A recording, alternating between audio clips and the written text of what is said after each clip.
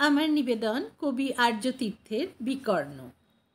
যাজ্ঞসেনীর খুলছে শাড়ি, টানছে ধরে দুঃশাসন।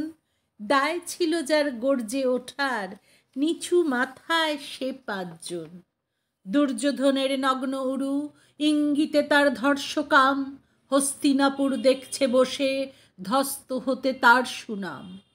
অন্ধ রাজা সিংহাসনে, আর্ত চেঁচান বৌমাতার। নিজের দলের নির্যাতনে সব রাজা হন নির্বিকার।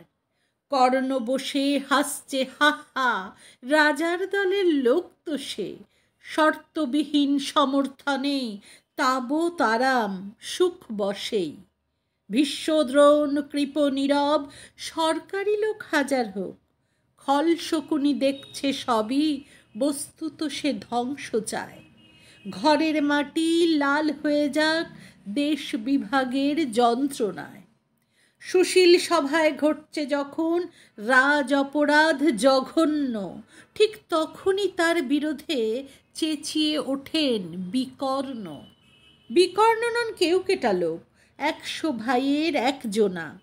তেমন করে এর আগে কেউ তার কথাটাই জানত না।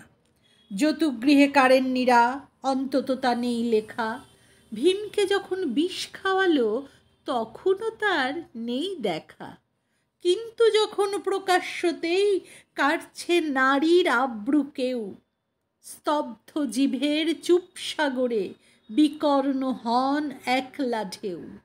স্তব্ধ জিভের চুপ সাগরে বিকর্ণ হন একলা ঢেউ। চেঁচিয়ে ওঠেন রাজার কুমার যুবরাজের বিরুদ্ধেই। মহাবলী পাণ্ডবেরও তখন গলায় সে সুর নেই। রাজাও যখন নীরব থেকে সায় দিয়ে যায় ধর্ষণে, ঠিক তখনই সমস্ত যুগ বিকর্ণদের স্বর শোনে। আমরা যারা কিচ্ছুটি নই, একটি মোটে ভোট কেবল, অত্যাচারের সামনে এলে সঙ্গী শুধু চোখের জল। পোষ্যভাবে যাবনা চেবাই, অন্ধ এবং নিকর্ণ। প্রার্থনা থাক আমরা যেন একবার হই বিকর্ণ। মরার আগে হতেই রাজার সভায় মরার আগে হতেই রাজার সভায় বিকর্ণ।